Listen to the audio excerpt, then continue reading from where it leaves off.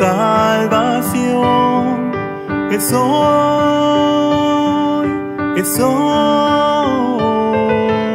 sin vacilar, ruega en oración.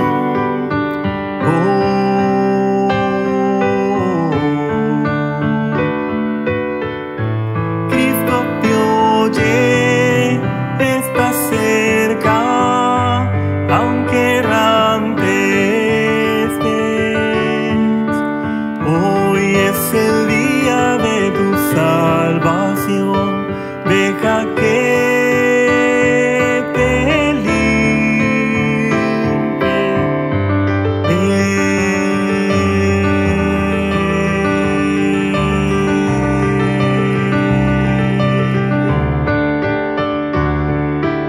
Hoy es el día de tu salvación. Es hoy,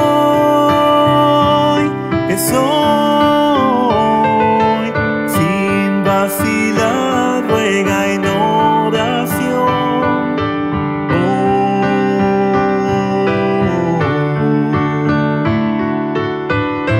Cristo te oye, está cerca, aunque errante estés. Hoy es el día de tu salvación. Deja que te limpie.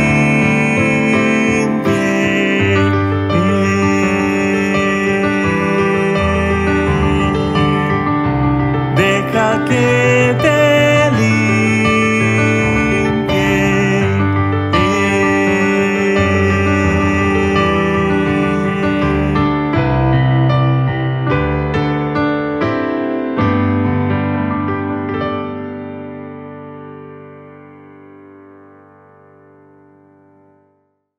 Hola mis queridos hermanos, qué bueno poder saludarles a esta hora, qué bueno poder estar con ustedes nuevamente en una recepción de sábado.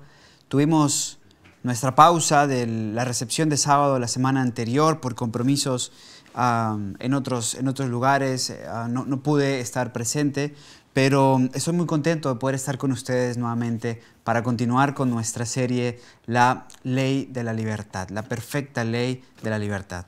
Muy contento de estar, como les dije, en esta recepción de sábado junto a ustedes, muy agradecido con Dios por haber escuchado a Luismer, ¿verdad? Y ese hermoso especial, hoy es el día de la salvación, muy querido para nosotros, Luismer, y le doy gracias a Dios por él y por los talentos que consagra en la obra de Dios. Gracias también a todos ustedes que nos están acompañando, que están allí día a día, sábado tras sábado, a quienes nos ven en vivo, a quienes nos ven en diferido.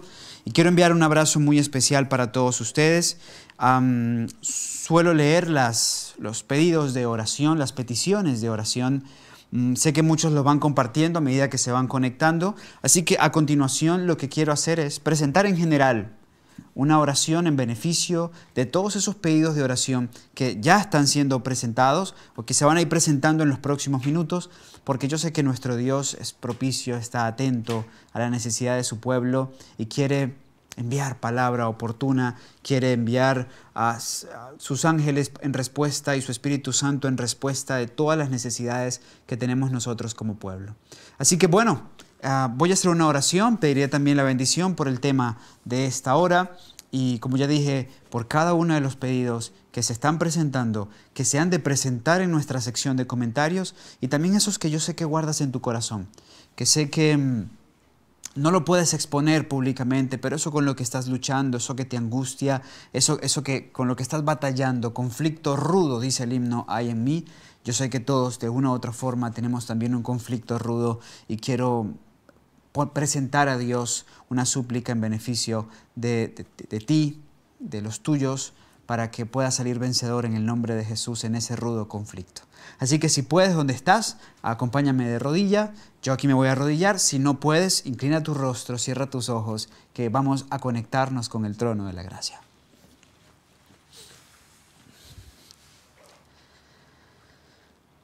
Padre bueno, misericordioso Dios, te doy tantas gracias por la oportunidad, oh buen Padre, que nos das de conectarnos a través de estos medios para identificarnos unos con otros tenemos necesidades, tenemos luchas, tenemos perplejidades, conflictos rudos, Señor, en nuestros corazones, en nuestro entorno, y queremos dejarlo todo, Señor, a tu fiel cuidado, a tu dirección. Tú conoces las necesidades, los pedidos que se están presentando en este momento en la sección de comentarios. Sabes los que se han de presentar en los próximos minutos, los que presentarán nuestros hermanos, tus hijos, que verán este mensaje en diferido. Quiero interceder por cada uno de ellos, Señor. Sé propicio, por favor, a su necesidad. Sé propicio, por favor, a aquellos que claman por sus hijos, por sus familiares inconversos. Sé propicio, por favor, a aquellos que están pidiendo sabiduría porque están tomando decisiones. Sé propicio a la necesidad de los enfermos en tu pueblo, oh Dios. Sé propicio, por favor, a la súplica de cada corazón. Pongo todo en tus manos. Quiero dejar todo a tu fiel cuidado, Señor, porque tú, oh buen pastor, velas por cada uno de tus corderos. Te imploro tu dirección para el mensaje que vamos a trazar. Seguiremos hablando de este tema tan solemne, que tus ángeles miran con reverencia tu santa ley. Y no queremos hacerlo, Señor, de ninguna manera que te desagrade, sino antes con la reverencia que debe caracterizar este estudio, pero a la vez con el deseo de recibir tu palabra y ser benditos en tu nombre. Gracias por tu bondad, Señor. Gracias por tu amor. En el nombre de Cristo nuestro Salvador. Amén. Y amén.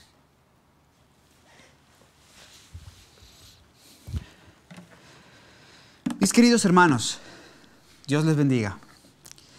Me alegra poder, insisto, abrir la palabra nuevamente junto a ustedes para examinar un tema. Debo decir que los ángeles miran con mucha reverencia. Ustedes recordarán que en el arca que fue hecha como un modelo de la original que está en el cielo, esa arca que fue hecha aquí en la tierra, que hombres piadosos, dice la inspiración, la guardaron, la pusieron en un lugar seguro y donde se encuentra escondida aún. Esa arca tiene madera de acacia bañada en oro. Dentro se encuentran las 2 tablas de la ley moral de Dios. Luego anexaron el maná y la vara reverdecida de Aarón. Y sobre ese cajón está el propiciatorio, que es todo de oro, una plancha que funciona como tapa, toda de oro, y que tiene a la vez labrados, también de oro puro, 2 ángeles. 2 ángeles que por la posición de su cuerpo y de sus alas no solamente expresan profunda reverencia, pues son los ángeles que cubren la Shekinah, la gloria de Dios. Pero también estos ángeles tienen una posición en donde alcanzamos a ver cómo ellos observan con mucha reverencia lo que se encuentra allí debajo de ellos, el propiciatorio y la sagrada ley. Si los santos ángeles inquieren en el carácter de Dios con reverencia, ¿no lo hemos de hacer nosotros? Este es un tema muy solemne, muy especial. Y estos días mientras oraba, mientras le pedía a Dios discernimiento, sabiduría, le decía, oh Dios, no quiero correr con esta serie. Quiero desmenuzarla punto por punto, como sea necesario, para beneficio de tu pueblo, para beneficio mío, para beneficio de tu pueblo, para beneficio de todos aquellos que necesitamos deleitarnos en las maravillas de tu ley, en las maravillas de tu ley. Quiero abrir este compartir repasando un poco lo que viene siendo nuestro estudio hasta aquí. En nuestro penúltimo tema estuvimos viendo la naturaleza de la libertad, es decir, la naturaleza de la ley. Pero en nuestro último tema hicimos énfasis particular y especial en algunos de los propósitos de la ley, un tema que titulamos El propósito de la libertad. Y mientras estudiamos esos llamados propósitos de la ley, inquirimos en varios en particular y quiero repasarlos. El primero que dijimos fue que la ley de Dios, domina el mal y trae bendiciones. Parte de su propósito es, en función de esto que acabo de decir, parte de su gran propósito es preservar la vida, garantizar el bienestar, la felicidad, evitar, limitar el mal. Por eso bien dice el salmista, como leímos en el Salmo 119, verso 165, mucha paz tienen los que aman tu ley, no hay tropiezo para ellos. Pero además, dijimos que esta misma ley tiene como propósito revelarnos la voluntad de Dios para la humanidad. Y ese fue el segundo punto. Esta ley nos revela la voluntad de Dios para la humanidad. Porque ¿cuál es la voluntad de Dios para la humanidad? Dijo Jesús en Mateo 19, versículo 17, si quieres entrar en la vida, guarda los mandamientos. Si quieres entrar en la vida, guarda los mandamientos. Por supuesto, ya hemos venido haciendo énfasis que eso es una experiencia solo posible mediante la obra, la influencia del Espíritu Santo en nosotros. Es su deseo que nosotros podamos vivir en armonía con esa preciosa ley de la libertad preservadora de la vida, de la felicidad y del bienestar. Por si fuera poco, anexo una declaración que no compartí en el tema anterior, relacionada a este punto, relacionada al punto 2. Y se encuentra en el Deseado de todas las gentes, página 296. Deseado de todas las gentes, página 296. Nos dice la inspiración: la gran ley de amor revelada en el Edén, proclamada en el Sinaí y en el nuevo pacto escrita en el corazón, es lo que liga al obrero humano a la voluntad de Dios. Interesante. Esa gran ley revelada en el Edén, proclamada en el Sinaí y en el nuevo pacto escrita en el corazón, porque en el nuevo pacto se escribe en el corazón, es lo que liga al obrero humano con la voluntad de Dios. Y lo liga no solamente porque revela la voluntad de Dios para la humanidad, sino que también, como vimos, y seguiremos haciendo énfasis en ello, nos muestra una norma, que es la revelación del carácter de Dios para nosotros, nos muestra una norma a alcanzar. Se reveló en esos 10 concretos mandamientos que encontramos en Éxodo 20 y de manera mucho más práctica en Jesús. Pero aparte de mostrarnos la voluntad de Dios, el deseo de Dios para la humanidad, también nos conecta, dice la declaración, al obrero humano, liga al obrero humano a la voluntad de Dios. Porque al mostrarnos el ideal, nos enseña también nuestra incapacidad para seguirlo. Y aparentemente marca una brecha. Pero ahí es donde aparece Jesús, porque en la necesidad que la ley nos muestra, nos invita a alguien que pueda ofrecernos ese poder sobrenatural por el cual podremos estar ligados a Dios en perfecta obediencia a cada uno de sus mandamientos.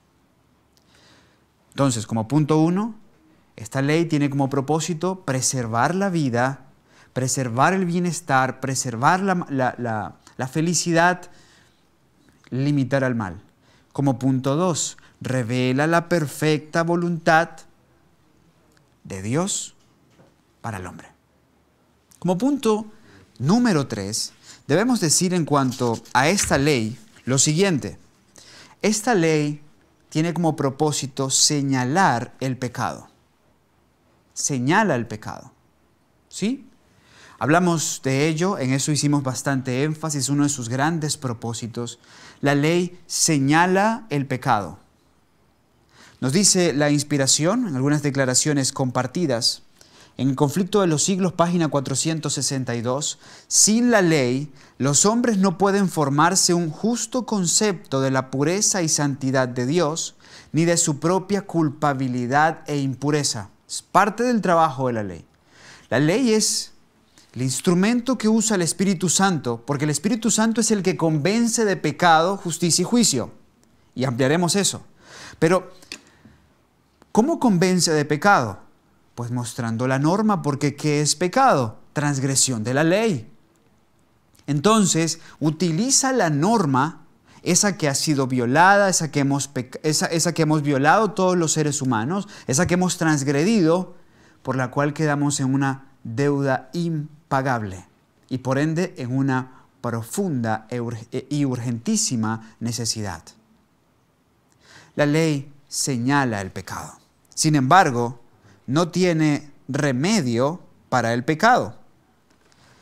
Conflicto de los Siglos, página 461, nos dice: la ley revela al hombre sus pecados, pero no dispone ningún remedio, pues mientras promete vida al que obedece, declara que la muerte es lo que le toca al transgresor. No provee remedio. Ella simplemente te dice: aquí está la norma, ¿ok? Aquí está la norma. Tú quedas en desesperación, quedas en una gran deuda, ella no te da solución, porque ella no tiene solución, te muestra una solución. Te muestra una solución. Porque te empuja a aquel que pudo seguir perfectamente esos 10 mandamientos, obedeciéndolo en su plenitud, Jesús nuestro Salvador. Y por eso es que la ley que señala el pecado, como propósito cuarto vimos, es un agente en la conversión. Claro, es un agente en la conversión. Y por eso vamos a entender por qué es que el salmista dice: la ley de Jehová es perfecta que convierte el alma. Porque ella juega un papel importante. Ella juega un papel importante. Ya que gracias a ella, como ayo, somos llevados a Cristo. Somos llevados a Cristo. Y es ahí en Cristo, en la manifestación de su amor, de su vida, de su perfección, en su ejemplo de obediencia a la ley, en su victoria en una vida obediente a la ley hasta la muerte y muerte de cruz, se gesta nuestro deseo de nacer de nuevo. No como una obra de justicia propia, no porque nos mojamos, sino nacer en lo que dijo Jesús: del agua y del Espíritu. Es un agente importante en la conversión, pero a la vez es fundamental en todo el camino de la santificación, porque, insisto, queda jugando un papel importante, no solo porque te llevó a Cristo, sino porque sigue estableciendo la gran norma a alcanzar. Y puedes verla en Él o en Jesús, en ella o en Jesús. Es lo mismo. Jesús es su ley, la ley es Jesús. En Jesús, en su vida se expresó la ley de Dios, la perfecta obediencia a la ley de Dios. Y esa ley, ese ejemplo nos acompaña en nuestro camino de santificación, porque esa es la estatura a alcanzar, la del varón perfecto. Por eso es un agente de conversión, un espejo al que debemos seguir mirando continua y constantemente, entendiendo lo que seguiremos estudiando a lo largo de esta serie, lo que está escondida en ella, para que por la gracia de Dios, para que mediante el poder del Espíritu Santo podamos ir alcanzando esa estatura en obediencia a lo que cada uno de esos mandamientos ha establecido. Es una promesa de Dios para nosotros, porque dice Judas 24, aquel que es poderoso para guardarnos sin caída. O sea, sí podemos alcanzar esa estatura. Si no fuera así, Dios no nos invitara a alcanzarla. Como quinto propósito, vimos que esta ley provee verdadera libertad. Verdadera libertad. En la ley somos libres. Por eso Santiago 1:25 llama a esta ley la perfecta ley de la libertad. Vimos que todo aquel que comete pecado, según la Escritura, es esclavo del pecado. Es siervo de aquel que lo domina, es esclavo de aquel que lo ha dominado. Pero esta ley la viven y se deleitan en ella, la aman aquellos que están siendo libertados, emancipados del pecado. Y está muy vinculado el tema de la liberación, emancipación con la ley misma. De hecho, cuando pensamos en la ley, por lo general nos vamos a Éxodo 20. Y Éxodo 20, por cierto, abre hablando de emancipación, hablando de independencia, porque Éxodo 20 nos dice en el versículo 1 y 2, y habló Dios todas estas palabras diciendo, yo soy Jehová tu Dios que te saqué de la tierra de Egipto de casa de siervos. O sea, ¿qué hizo Dios? Liberarnos. Y ahí vienen entonces los mandamientos. Versículo 3, no tendrás dioses ajenos delante de mí. ¿Ven? La ley está profundamente vinculada a un ser libre, a un estado de libertad, porque la ley provee verdadera, auténtica libertad. Me gustó mucho ese texto que les compartí de 2 Corintios capítulo 3, versículo 17, que nos dice, donde está el Espíritu del Señor, allí hay libertad.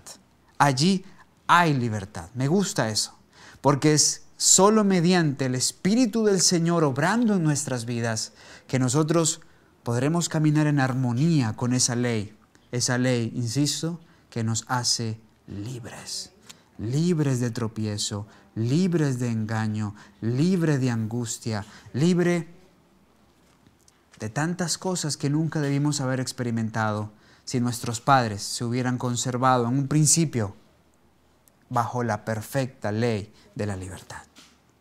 Ahora bien, como punto sexto, dentro de los propósitos de la ley, resalta uno para mí fundamental. Yo mencioné uno que es la ley como base del pacto. Sí, la ley es base del pacto en el antiguo pacto y en el nuevo pacto también. En el antiguo pacto estaban escritas sobre tablas de piedra. En el nuevo pacto están escritas sobre las tablas del corazón, cumpliendo la promesa de Ezequiel capítulo 36. Pero me resalto particularmente este punto séptimo, es decir, el punto que viene a continuación, del cual no les he hablado y en el que quiero hacer énfasis. Porque uno de los propósitos de la ley es, además, que la ley funciona como base, como norma del juicio. Como norma del juicio. Y quiero que estén muy atentos a las declaraciones que compartiré con ustedes a continuación. Vamos a ver algunos textos bíblicos al respecto. Fíjense bien. Abramos nuestras Biblias nuevamente. Vamos al libro de Eclesiastés, capítulo 12, versículos 13 y 14. Eclesiastés, capítulo 12, versículos 13 y 14. Nos dice la palabra de Dios. El fin de todo discurso oído es este. Teme a Dios y guarda sus mandamientos, porque esto es el todo del hombre. Porque Dios traerá toda obra a juicio, juntamente con toda cosa encubierta, sea buena o sea mala. Está hablando del juicio. Y mientras habla de juicio dice, teme a Dios y guarda sus mandamientos, porque este es el todo del hombre. Entonces vincula los mandamientos de Dios, el temor de Dios, los mandamientos de Dios con un juicio. Un juicio en el cual Dios ha de traer toda obra y toda cosa encubierta, buena o mala. A la vez, el apóstol Pablo escribió en 2 Corintios capítulo 5, versículo número 10. 2 Corintios capítulo 5, versículo 10. Porque es necesario que todos nosotros comparezcamos ante el tribunal de Cristo, para que cada uno reciba según lo que haya hecho estando en el cuerpo, sea bueno o sea malo. Es evidente, nosotros hemos de comparecer ante el tribunal de Cristo. El tema del juicio en la Biblia es claro, es muy claro. Hay muchos testigos al respecto. Puedo citar ahora a Hebreos. Hebreos capítulo 9, versículo 27 nos dice, y así como está ordenado que los hombres mueran una vez y después enfrenten el juicio. Tenemos múltiples testigos que hablan acerca de eso. De hecho, este es muy conocido. Primera de Pedro capítulo 4 versículo 17 nos dice, porque es necesario que el juicio empiece por la casa de Dios. No solamente nos habla del juicio, nos da muchos detalles en torno al juicio, como por ejemplo que es necesario que ese juicio empiece por la casa de Dios. Ahora, ese juicio tiene un marco mucho más solemne en nuestro tiempo, porque nosotros vivimos en el tiempo de Laodicaios, de la Odisea, el tiempo del juicio. La Odisea significa pueblo del juicio o juicio al pueblo. Nosotros somos el pueblo del tiempo del juicio investigador. Ese que como estudiantes de la Biblia conocemos, inició el martes 22 de octubre de 1844, cumpliendo la profecía de las 2300 tardes y mañanas de Daniel capítulo 8, versículo 14. Ahora, la relevancia de este juicio en torno a nuestro tiempo cobra un mayor significado cuando leemos el mensaje del primer ángel. Y el mensaje del primer ángel en Apocalipsis 14 nos dice: vi volar por en medio del cielo otro ángel que tenía el evangelio eterno para predicarlo a los moradores de toda la tierra, a toda nación, tribu, lengua y pueblo, diciendo: temed a Dios y dadle gloria, porque la hora de su juicio ha llegado. Y a adorar a aquel que hizo el cielo y la tierra, el mar y las fuentes de las aguas. Ese mensaje fue un mensaje clave en el movimiento milerita y todo aquello que se desarrolló en la década del 40 del siglo XIX, que da como resultado el cumplimiento de la profecía de Daniel 8:14 y el nacimiento de la última iglesia denominacional de Dios en la tierra, la Iglesia Adventista del Séptimo Día, aquella que tiene vocación y llamado profético. ¿Por qué lo menciono? Porque este fue el mensaje. En estos textos vinculados al juicio se centraron sus discursos hombres como William Miller, como Charles Fitz, como Josiah Leach y muchos otros que acompañaron Joseph Bates, la predicación gloriosa del mensaje del primer ángel. Hoy muchos dicen, no hablemos de juicio, no hablemos del juicio porque eso asusta a la gente. Hablemos de amor. Pero lo que estaban haciendo es, a la luz del capítulo 28 de Conflicto de los Siglos, rebajar el amor de Dios que se expresa en justicia y misericordia al nivel de un mero sentimiento humano. Y por no presentar las verdades solemnes que se nos han dado, que tenemos evidencias en la historia, han sido efectivas en su presentación, porque fueron las que Dios designó para la predicación del Evangelio en este tiempo. Por eso multitudes se unen a la iglesia sin jamás haberse unido a Cristo, porque no tienen una auténtica necesidad de Cristo. Les presentan es un Cristo que los arrulla, cuando necesitan conocer, sí, a un Cristo misericordioso, bondadoso, tierno, pero que está en una obra solemne, una obra de juicio, porque pronto ha de regresar a la tierra para separar a los corderos de los cabritos, para pagarle a cada uno conforme su obra. Y es importante que eso se entienda y se predique. Entonces, estos versículos nos muestran algo. El tiempo de juicio es un tiempo muy solemne y es justo el tiempo en el que vivimos. ¿Y por qué lo vinculo en torno a la ley? Porque como ya vimos, en Eclesiastés está profundamente vinculado a la ley. Pero si queda alguna duda, vamos a abrir Santiago, vamos a leer Santiago capítulo 2. Santiago en el capítulo 2, versículo número 12. Leamos esta misiva universal, Santiago 2:12. Dice la palabra de Dios: así hablad y haced, como los que habéis de ser juzgados por la ley de la libertad. Por la ley de la libertad. Interesante cómo lo plantea Santiago. Hablen y hagan siendo conscientes que han de ser juzgados. ¿Por cuál ley? Teniendo como norma serán juzgados la ley de la libertad. Noten la expresión, el calificativo que le da la ley. Libertad. Libertad. Es una ley de libertad. Para poder conectarnos con todo lo que venimos hablando durante estos días, mostrarnos su belleza. No una ley que tiene un carácter que se propone condenar, porque no fue establecida para condenar, fue establecida para garantizar libertad. Pero se convierte en un agente condenador por la obra del pecado, por lo que el pecado ha introducido entre nosotros. Pero es en realidad llamada la ley de la libertad. Y esta ley es la norma de juicio. La norma de juicio para todos nosotros. Veamos lo que dice el Salmo 119. He insistido a lo largo del estudio, se han dado cuenta que he citado mucho el Salmo 119. Este es el Salmo de la ley de Dios. Salmo 119, también para quienes conocen de hermenéutica sabrán, es el Salmo del alfabeto hebreo, ya que estratégicamente comienzan versículos con letras claves en el orden del alfabeto hebreo. Pero Salmo 119, versículo 172, nos presenta algo muy interesante en torno a lo que vengo presentando.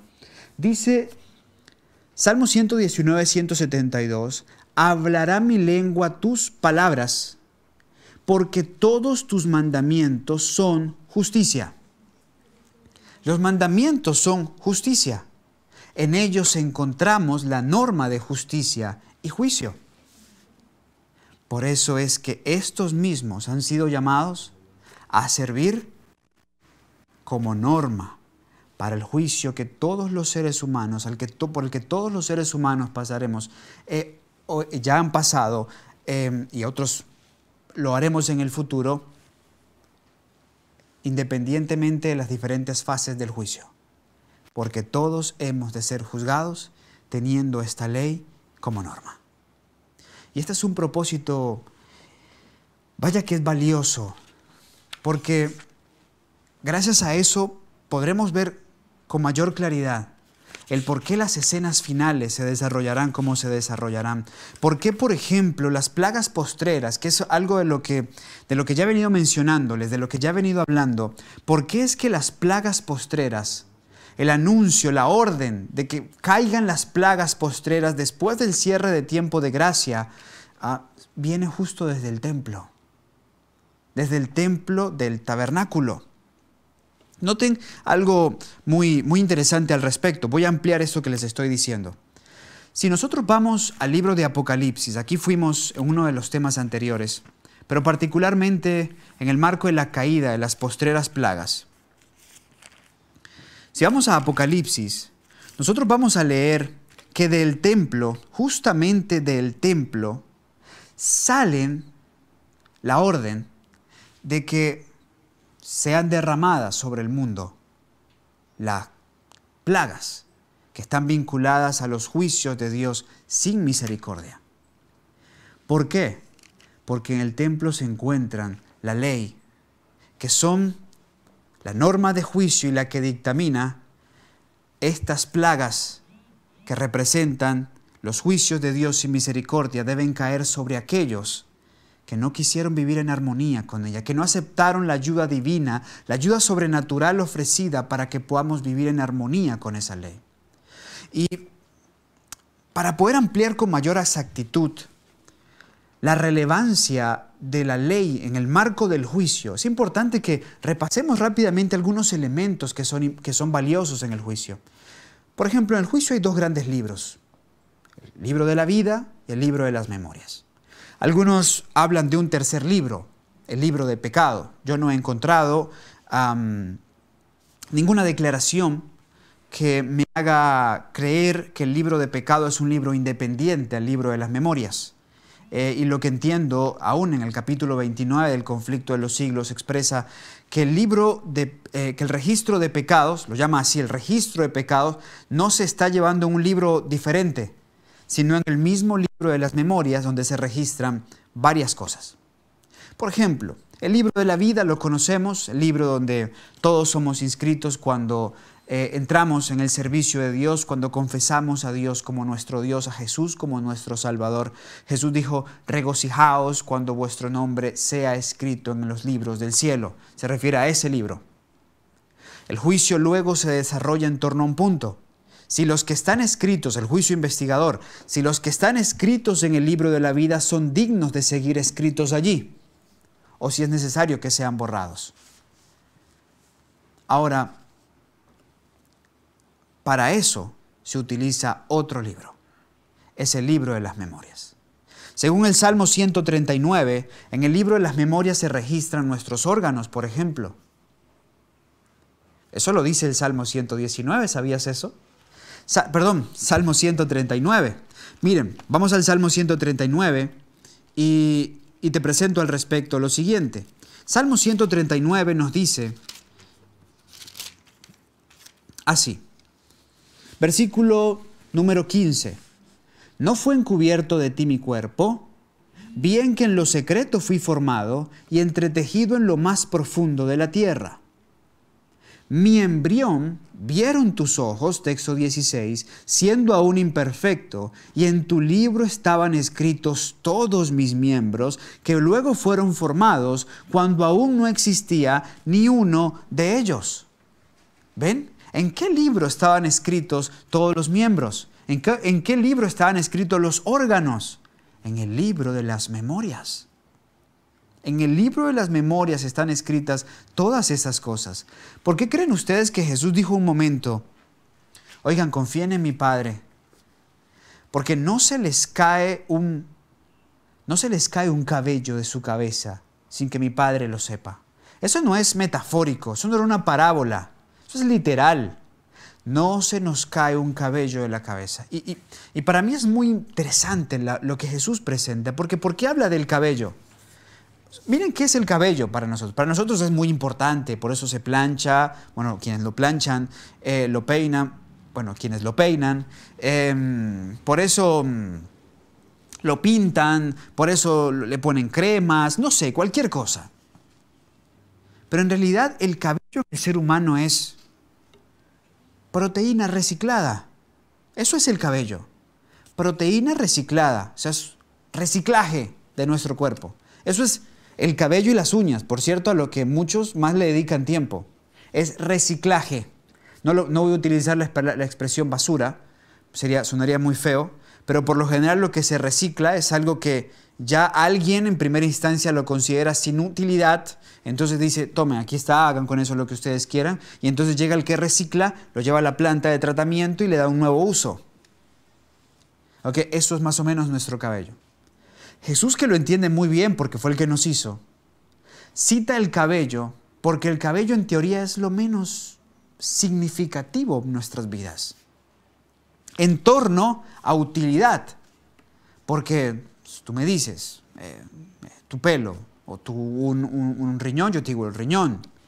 Tú me dices tu pelo o un pulmón, yo te digo el pulmón. Tú me dices el pelo, 3 dedos, yo te digo los dedos. ¿Sí? ¿Por qué razón? Porque me son mucho más útiles. Ahora bien, Jesús toma el cabello y dice, confíen. Es que no se les cae un cabello y el cabello se cae periódicamente y dependiendo de lo que estemos viviendo se caerá más rápido o menos rápido. Y provocando alopecia o cualquier otro cuadro. Pero naturalmente se nos cae porque tiene que renovarse.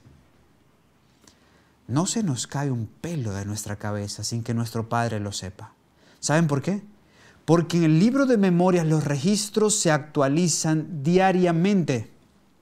Y hasta eso se actualiza en torno a nuestro cuerpo. En el libro de memorias además incluso encontramos algo tan impresionante para mí, y quedámonos en el mismo Salmo, pero vamos muy puntualmente al Salmo 87. Salmo 87, versículos 4 al 6. Salmo 87, versículos 4 al 6. Nos dice la palabra de Dios. Mencionaré a Rahab y a Babilonia entre los que me conocen. He aquí Filistea y Tiro con Etiopía. Este nació allá, y de Sión se dirá, este y aquel nacieron en ella, y el Altísimo mismo la establecerá. Jehová contará cuando Él inscriba a los pueblos, este nació allí. ¿Ven lo que está diciendo? Que hay registro en el cielo. Jehová anotará, inscribirá. Este nació allí. Este otro nació aquí. Hay registro en ese libro hasta de nuestros datos biográficos, nuestros padres, nuestros hermanos, dónde nacimos y con exactitud. Y eso es un libro que se utiliza de una manera trascendental en el cielo. Pero ¿saben además por qué? Porque en ese libro se registran las cosas buenas y las cosas malas que hacemos. En palabras inspiradas, Conflicto de los Siglos, capítulo número 29, en este caso página 535. Delante de Dios está escrito un libro de memorias, en el cual quedan consignadas las buenas obras de los que temen a Jehová y de los que piensan en su nombre. Nótese, sus palabras de fe, sus actos de amor están registrados en el cielo. En el libro de memorias de Dios, todo acto de justicia está inmortalizado. ¿Qué es justicia? Obediencia. Y la ley se sintetiza en amor, dijo Jesús. Amarás al Señor tu Dios. Amarás a tu prójimo como a ti mismo. Toda tentación resistida, todo pecado vencido, ¿qué es pecado? Transgresión de la ley. Toda palabra de tierna compasión, están fielmente consignados y apuntados también todo acto de sacrificio, todo padecimiento y todo pesar sufrido por causa de Cristo. O sea, lo que está constatando el libro de memorias en ese segmento es que hay armonía con la ley de Dios, que es altruista, nunca egocentrista, nunca ególatra. Siempre movidos por amor a Dios y a nuestro semejante. Pero ¿qué más se registra allí? Miren cómo lo plantea la inspiración. Hay además, misma página, mismo libro, mismo capítulo, Conflicto de los Siglos 5:35. Un registro en el cual figuran los pecados de los hombres. Nótese, un registro. Ahora va a citar a Eclesiastés 12, versículo 14, ya lo hemos leído. Sigue diciendo, los propósitos y motivos secretos, sea bueno o sea malo. Luego dice, aparecen registrados con un registro infalible. La obra de cada uno pasa bajo la mirada de Dios y es registrada e imputada ya como señal de fidelidad, ya como de infidelidad. Frente a cada nombre en los libros del cielo aparece con terrible exactitud cada mala palabra, cada acto egoísta, cada deber descuidado y cada pecado secreto, con todos sus tretas arteras. Las admoniciones o reconvenciones divinas despreciadas, los momentos perdidos, las oportunidades desperdiciadas, la influencia ejercida para bien o para mal, con sus abarcantes resultados, todo fue registrado por el ángel anotador. Todo esto está allí registrado y si se dan cuenta, lo que se registra en el libro de memorias, tanto como acto benéfico como acto pecaminoso, todo esto está profundamente vinculado con o la obediencia o la desobediencia a la ley. ¿Me hago entender? Es muy claro entonces el lugar, la relevancia de la ley y su gran propósito como norma de juicio. Por eso, mis queridos hermanos, nos conviene conocerla.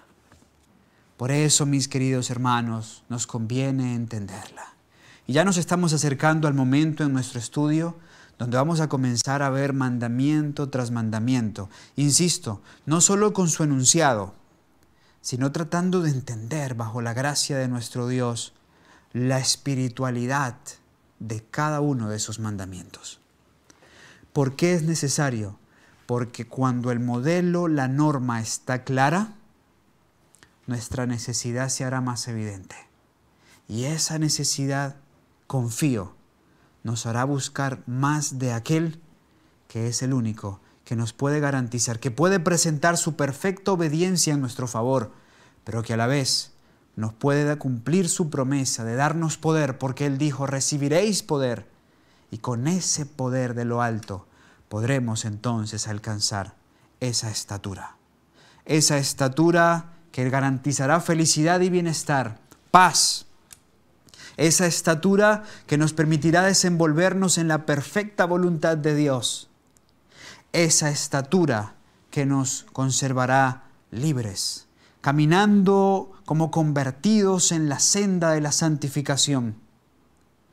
Esa norma que nos permitirá también vivir con deleite en las condiciones del nuevo pacto, pero que nos permitirá afrontar nuestro juicio, el tuyo y el mío. Y no sé si estaremos en el mismo marco de juicio. Porque puede ser que yo sea juzgado entre los muertos, si el Señor me llama al descanso, y tú entre los vivos, si el Señor te conserva vivo, o viceversa. Pero algo es cierto, independientemente de la fase del juicio donde seamos abordados, la norma seguirá siendo la misma. Y yo alabo a Dios por esa norma. Lo alabo porque se muestra alta, porque se muestra inalcanzable para mí en mi humanidad. Pero lo alabo más porque sobre ella resalta la mano de Jesús con su bendita promesa de que todo aquel que en Él cree puede hacer, vivir, predicar como Él mismo lo hizo, en perfecta obediencia a esa ley.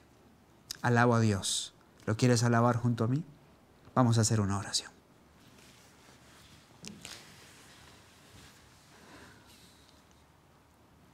Padre bueno,